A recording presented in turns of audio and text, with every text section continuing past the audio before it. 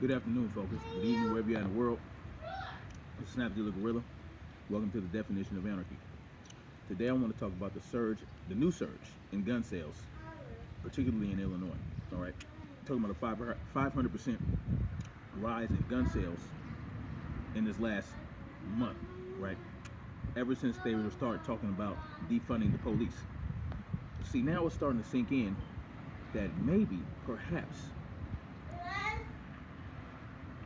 we should not be relying on the police or anyone else to protect us from anything. I hope it's sinking in. And, why it takes for the threat of the police to be defunded, for people to wake up and realize that, perhaps we need to do something for ourselves. I don't get it. But if you look, they think the police are going to go bye-bye. So that's why they're buying firearms, right? Well, I want us to understand that for the decades and decades and decades that the police have been around, crime is still being committed, right? The police, they can't stop every crime. They can't protect every victim or potential victim. That's not what their job is, right? Their job is essentially to clean up, to extort people, to collect fees and whatnot, and make sure you get your day in court and blah, blah, blah, and investigations and all that stuff. But the ultimate lifesaver is going to be what you decide to do when your life is threatened. And so what are you going to do? Are you going to get on the phone and call the police and sit there and wait and hope that your life isn't ended by the time they get there, even if it's a 2 or 3 minute response time? Right? Not me. Okay, not me. Now, this is a huge wake-up call, right? Everything that the police can do, we can do for ourselves. From, stopping crime, preventing crime, to helping keep the neighborhood safe, to dealing with drug victims and drug addicts, and to investigating murders and investigating this, investigating that. The only difference would be is that they would be beholden to the people. That is what the key is, and they'll be held accountable. Officers should and would be held accountable for their actions, just like anybody else. No qualified immunity. All right. Now, do I agree with just outright getting rid of the police with a snap of a finger? No, I don't. I believe, as you guys know, that there needs to be a transition period, right? 2 or 3 years, 4 years, right? You arm everybody in your community. You train them on the safe use of firearms. You drill them. You do this, you do that. You're basically creating a militia out of your entire community. Why not? People can still get trained and take classes and learn how to investigate and go to criminal justice classes and all this other stuff. All that stuff can still be in place. Forensic specialists can still be in place. The court system can still exist to a certain degree. The court system and the people within it, the officers, they need to be held accountable too. There needs to be a lot more scrutiny on these entities by the people. And that's really what it's about.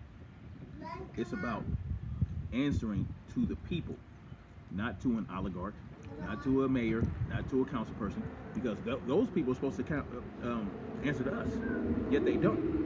We put them in office, and they do what they want to do. They're not held accountable. They have carte blanche. They operate with impunity, and all that shit has to stop.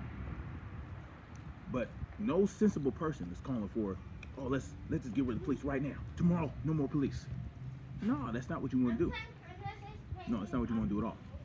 You have to get the people involved. You have to help people understand what no police would look like. You have to put them at ease, because what's happening is these people are stressing out, and they're panic buying firearms and ammunition, and they don't know how to use the shit. They don't know how to use it. So even if somebody invades their home or attacks them, they might still have a hard time using that firearm to protect themselves. So that's why it's important to have that transition period.